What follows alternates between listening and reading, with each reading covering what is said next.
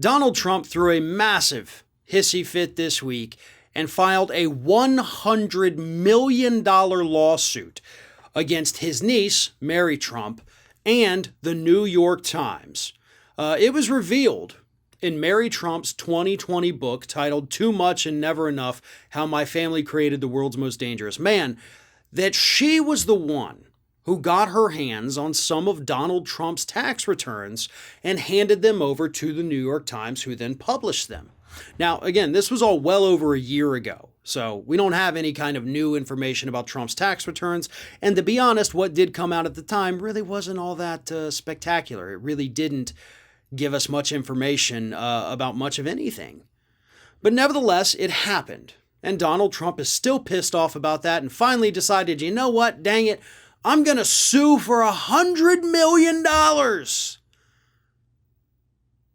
And you're definitely going to lose that case.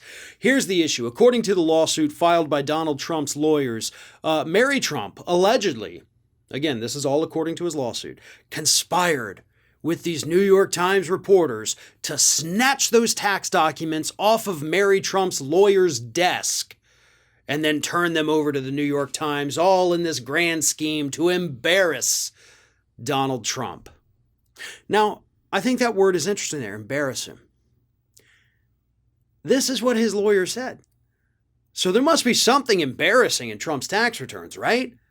Obviously, there would have to be. You wouldn't use the word embarrass if there wasn't something embarrassing in there. So that kind of opens a whole new can of worms, right? You can read a lot into what people think by reading these legal filings. So clearly, there's something this dude doesn't want held. So obviously, you have the conspiracy part of it. Conspiracy to steal the documents off your lawyer's desk like something out of a, film. But there's also another issue, and this one actually could work against Mary Trump. Maybe. Here it is. When Fred Trump Sr., Donald Trump's daddy, Mary Trump's grandfather, died, part of his will included non-disclosure agreement. Right? Hey, you can't tell anybody what any of this is, and that's actually where those tax documents came from. So, these tax documents are covered by a dead man's non-disclosure order as part of his will from 22 years ago, because he died in 1999. I don't know about that, right? In fact, some of the courts that have already looked at these non-disclosure agreements with regard to Fred Trump Sr. have actually said, you really can't bind people to this from beyond the grave. Like, you're dead. It's been 20 some odd years now. This has expired because you can't expect to limit people for the rest of their lives.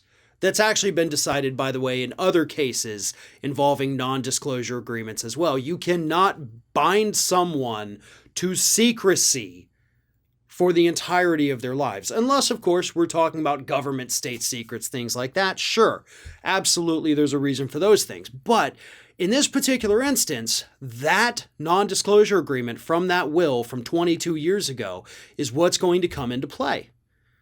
Can this dead man, Fred Trump Sr., limit what other people can say or do from beyond the grave? That doesn't seem right. That doesn't seem legal. That doesn't seem enforceable. Because again, he's dead. So Trump's got an uphill battle ahead of him.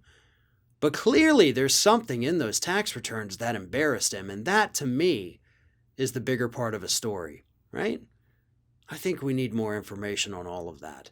And hopefully, Mary Trump will be the one to give it to us. Thanks for watching, and don't forget to like, comment, share, and most importantly, subscribe to our channel for fresh content 7 days a week.